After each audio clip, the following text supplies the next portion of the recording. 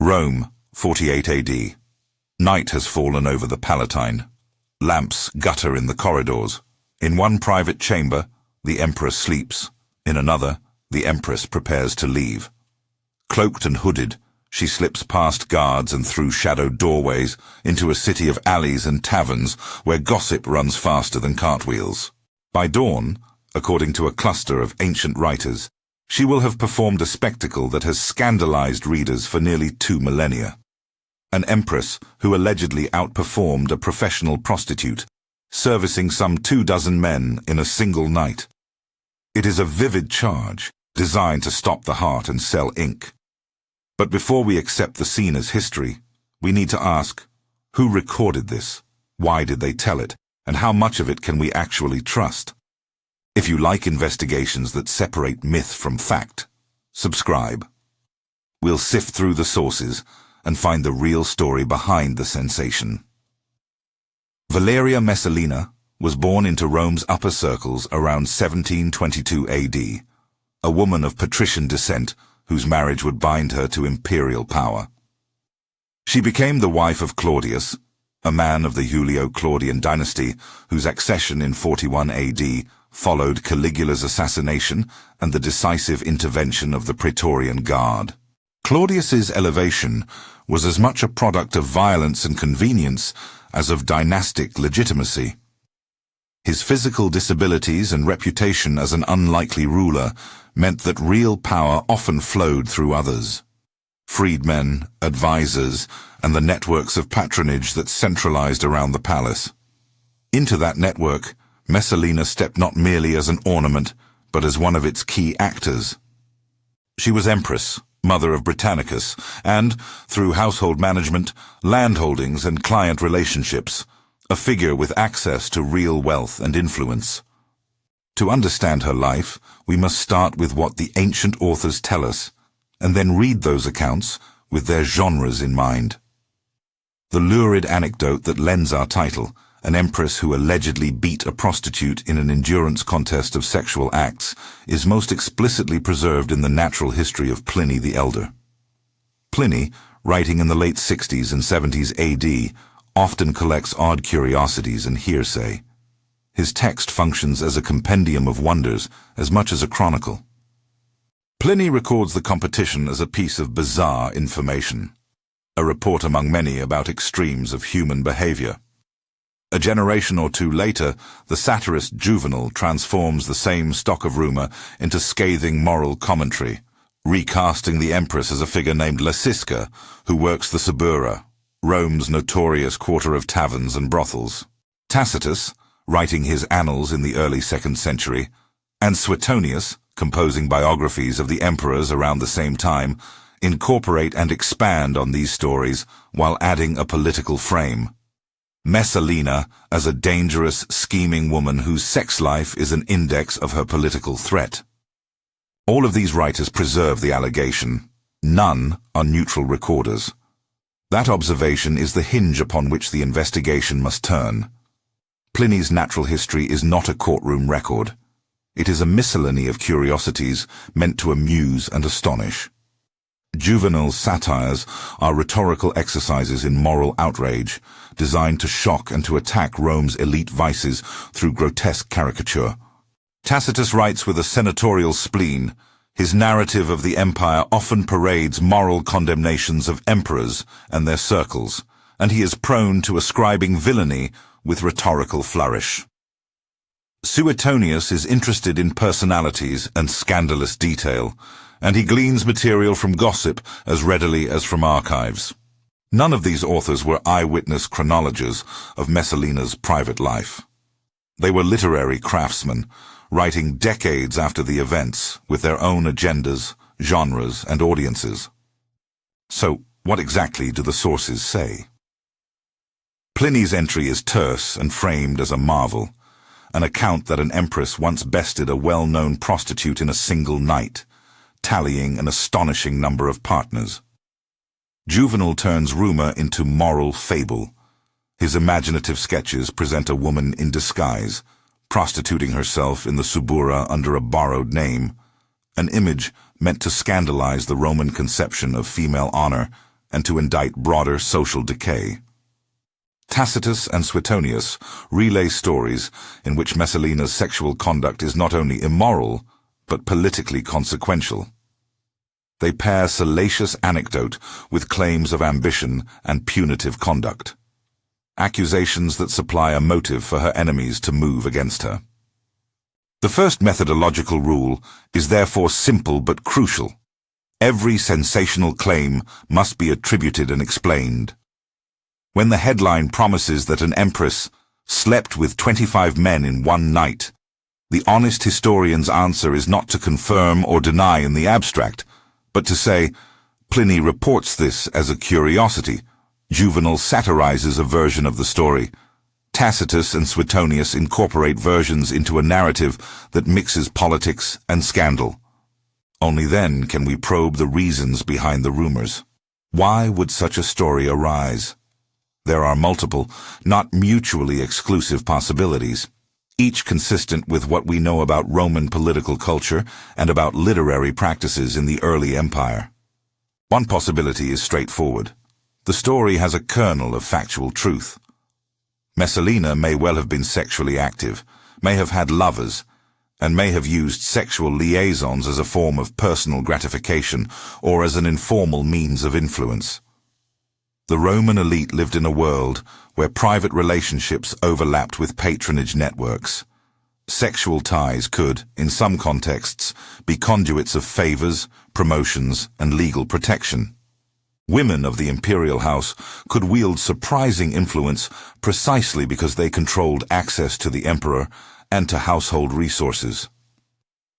From this perspective, the ancient charges might reflect real episodes, exaggerated but anchored in actual behavior that threatened or embarrassed elite men.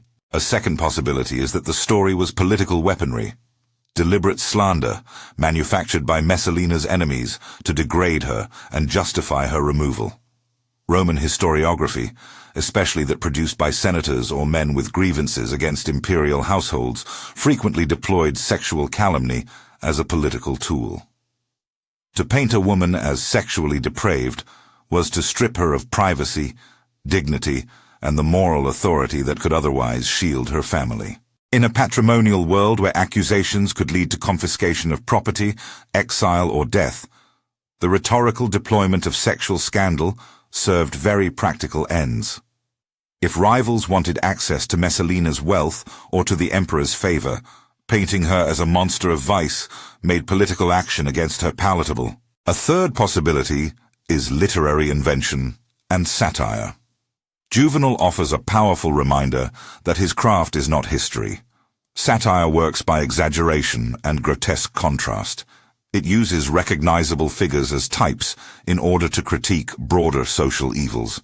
Juvenal's Lysiska is an archetype, not necessarily a documentary portrait, but a machine for moral instruction. Pliny's interest in the strange and wonderful also predisposes him to collecting sensational anecdotes without rigorous verification. In such genres, plausibility bows to rhetorical effect. A fourth is the mixed scenario. There may have been a real incident, perhaps a scandalous liaison, perhaps a desperate political gambit, that was then transmuted through rumor, satire, and political polemic into an extreme and enduring image. Human memory, elite gossip, and literary taste conspire to amplify what may have begun as a smaller transgression, or even a misinterpreted action. The final product is a monstrous tale that tells historians more about the anxieties of Roman elites than about the private life of one woman. To weigh these readings, we turn to the best attested parts of Messalina's story, those that rest on firmer documentary ground. The episode that ends her life is better anchored than an anonymous night in the Subura. Tacitus and Suetonius, working from available records and rumor, agree on the broad structural outline. In 48 AD, Messalina formed some sort of relationship with Gaius Silius, a consul of standing. The nature of that relationship is disputed. Tacitus insists there was a formal marriage ceremony, which, if true and deliberate, could be construed as an attempt to supplant Claudius or to secure an alternative power base. For the Roman mind, such an act, marrying another man while the emperor was alive, could be labeled as treasonous or at least politically seditious. Sources report that Messalina married Silius while Claudius was temporarily absent from Rome, though the precise circumstances, whether through seduction, panic, or political maneuver, are opaque. Whatever the intentions, the reaction was swift and deadly. The Praetorian Guard, the imperial household, and powerful freedmen aligned with Claudius moved decisively. A freedman named Narcissus, who exercised enormous influence at court, delivered the fatal blow. He informed the emperor and secured orders for Messalina's arrest and execution. She was killed in the imperial palace. Records indicate that her property was seized and that her name became a mark of disgrace. Her children suffered collateral damage. Britannicus, her son by Claudius, would be sidelined as imperial politics shifted toward Nero. The legal and political mechanisms used against Messalina, the speedy trial, the execution without public due process, reflect the precariousness of status at the center of power. The basic contours of this downfall, marriage to Silius, denunciation, execution in 48 AD, are among the more reliably attested facts in the tradition, even if the motivations and the truth behind the marriage remain debated. That relative clarity around the end of her life contrasts sharply with the fog around the sexual allegations. Why the difference? Political conflict produces official acts, edicts, confiscations, witness lists that leave traces. Scandalous gossip, by contrast, circulates in the streets and in the workshops of writers. The Praetorian Guard's actions, the imperial decrees, and the confiscations are all signs of power being exercised in institutions. The sexual rumors are literary debris. To untangle the truth, it helps to place these stories in the wider pattern of how Roman writers treated powerful women. Throughout Roman historiography and satire, women who operated at the edges of power are frequently portrayed not merely as politically dangerous, but also as sexually transgressive.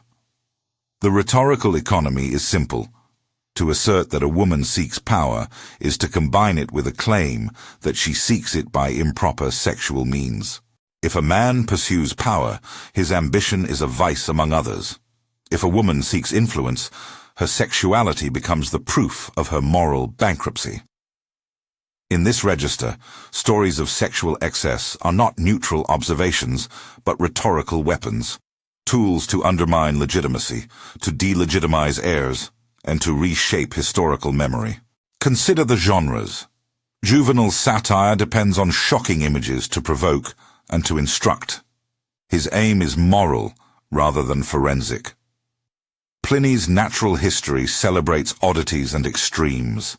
It is a museum of the astonishing rather than a court of law. Tacitus is a senator as moralist historian. His narrative pleasures include the exposure of tyranny and decadence. Suetonius wants anecdote, a parade of human frailties that make history feel intimate, even scandalous. None of these aims recommend them as infallible reporters. When they converge on a grotesque image, what we should hear is not a single voice of truth, but a chorus of rhetorical strategies repeating a convenient trope. At the same time, it would be simplistic to dismiss every sexual allegation against powerful women as pure invention.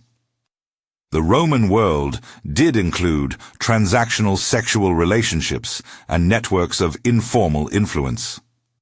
Sexual liaisons could produce patronage, and the elite's familiarity with one another made discovery possible.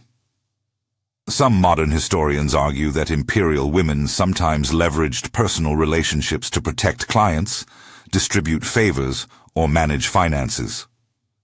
That said, our modern frameworks must be applied carefully. Diagnosing motives such as sexual compulsion or labeling behavior with contemporary medical terms is anachronistic and methodologically dangerous. We can say that sexual behavior may have been a vector of influence. We cannot clinically diagnose it centuries later from tantalizing gossip. This tension between plausibility and proof is why the 25 men story matters less as a literal count than as an emblem. Consider the social choreography of the tale. An empress sold into the Subura, disguised and degraded, performing in public what elite ideology demanded a woman of rank never do. The story is theatrical because it collapses two anxieties at once: the fear of female agency beyond patriarchal control, and the fear of disorder at the heart of Rome. It also offers practical benefits to those repeating it. For senators and rivals, the tale is a moral warrant for punishment. For satirists and moralists, it is a spectacle that exemplifies decline. As such, the story's persistence owes as much to its utility as to its plausibility. We should also attend to chronology and transmission. Most of the surviving literary accounts are later than the events they describe, and all are filtered through genres that prized sensationalism. Pliny's report, although relatively early, exists in a compendium that is not primarily concerned with judicial exactitude. Juvenal's satire, though later, is disproportionately influential in shaping cultural memory because satire travels well. It is performative, memorable, and easily adapted by later artists. By the Middle Ages and the Renaissance, Messalina's image had been distilled into cautionary exemplar. Moral stories used by preachers, painters, and playwrights to warn against excess and to police female behavior. In the Victorian period, Messalina became a symbol in manuals of morality and in sensationalist fiction, a transformation amplified by cultural anxieties about female sexuality and by a tendency to accept male-authored scandal at face value. Modern scholarship has begun to reframe Messalina's legacy. Contemporary historians ask different questions.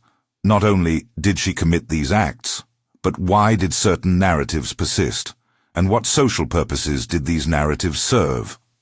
The trend is toward contextualizing the allegations within a politics of reputation, histories of how the memory of women is shaped by those in power. This approach does not exonerate or condemn.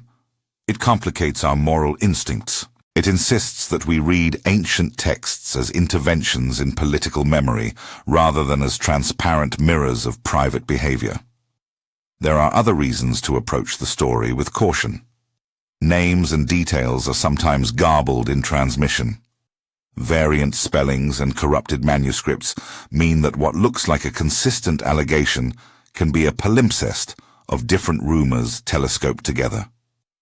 Ancient chronologies can be fuzzy. Decades between event and text permit embellishment. The survival bias of sources, where the materials that pleased later readers are more likely to be copied and preserved, skews our corpus toward the lurid. Every sensational fragment is therefore both a clue and a trap. But the persistence of the Messalina narrative, however exaggerated, reveals something essential about Roman culture. It shows how reputation, gender, and power interact in a political order where public honor was everything. The story's stickiness tells us that sexual scandal was an effective instrument for destroying reputations, redistributing wealth, and reconfiguring dynastic priorities. It reveals how literary genres shaped political memory. Satire and moralizing history could reframe political conflict into personal demoralization, turning an intra-elite struggle into a public lesson about vice. And there is a human cost. Messalina's children paid for charges leveled against their mother. Britannicus, the son whose existence once anchored hopes for a dynastic future, found his prospects overshadowed by the spectacle of scandal and the machinations of rivals. The confiscations and the legal consequences rippled outward, affecting clients, freedmen, and allies. Whether or not every detail of the sexual allegations is true, the aftermath, the execution, the seizure of property, the exiling or marginalization of associates, is historical fact. Those consequences are where rumor and power meet reality. So what is the shocking truth behind the headline? It is not necessarily the literal feat suggested by a single number quoted by Pliny. It is not likely that the Empress kept meticulous count in a way that would satisfy modern standards of documentation. The shock, in another register, is the ease with which sexual rumor could be mobilized in service of political aims and cultural narratives. The more unsettling revelation is that powerful women could be reduced across generations to a single grotesque image that justified their elimination and erased the more complex political roles they played. Messalina's life invites broader reflections about how history remembers people at the sharp end of scandal. When power is contested, when property and influence are at stake, narratives become weapons. The use of sexual allegation as a means of delegitimization is not a peculiarity of the classical age. It is a trope that recurs across time and cultures. The historian's task is to pry apart the motives, to weigh the types of evidence, and to recognize that surviving accounts are as much performances of moral judgment as they are reports of fact. There is also a caution here for how we consume history today. Sensational headlines draw attention. They traffic in immediacy. But when a story promises shock, our first responsibility should be to the sources. To ask who tells it, why they tell it that way, and what incentives shape their words. In doing so, we often arrive at a more interesting conclusion than the original sensation promised. Not a tidy confirmation, but a deeper insight into the workings of power and reputation. Why, then, has Messalina endured in cultural memory? Because her story, true or exaggerated, is malleable. It can be enlisted to warn, to titillate, to moralize, to entertain, or to justify confiscation. Painters, dramatists, and moralists found in her figure a ready-made exemplar. In the hands of Renaissance artists, she becomes spectacle. In the hands of Victorian writers, a lesson. In modern scholarship, a test case for the gendered mechanics of slander. As historians, we should resist two temptations that often distort public understanding. One is the urge to embrace the scandal for its drama, to allow the most outrageous version of the tale to stand unchallenged because it makes for a memorable story. The other is to recoil from any suggestion of impropriety so strongly that we invent a sanitized life that too neatly exonerates. The balanced path acknowledges that Messalina was a woman with agency in a male-dominated system, that she may have overstepped social boundaries, and that her enemies found little restraint in deploying sexual rumor as a political weapon. What can we learn beyond the particulars of any single life? First, that the production of historical reputation is often a political act. Second, that literary genres mediate our knowledge of the past and must be read on their own terms. Third, that gender shapes the kinds of attacks leveled in political life. And finally, that the most enduring truths about historical figures are sometimes the narratives that survived, not necessarily the events that occurred.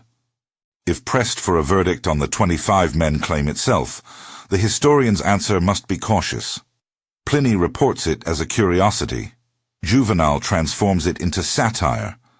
Tacitus and Suetonius incorporate variants as part of a broader case against a politically influential woman. Taken together, the sources tell us that such stories circulated and that they were powerful. They do not give us unambiguous proof that the specific numerical claim is a factual record. The smarter reading is to treat the tale as a cultural artifact, evidence of how accusations were used, rather than as a simple eyewitness account. In the end, the most shocking aspect of Messalina's story is not the alleged quantity of her sexual encounters, but the rapidity with which rumor became justification, and the speed with which political actors turned narrative into punishment.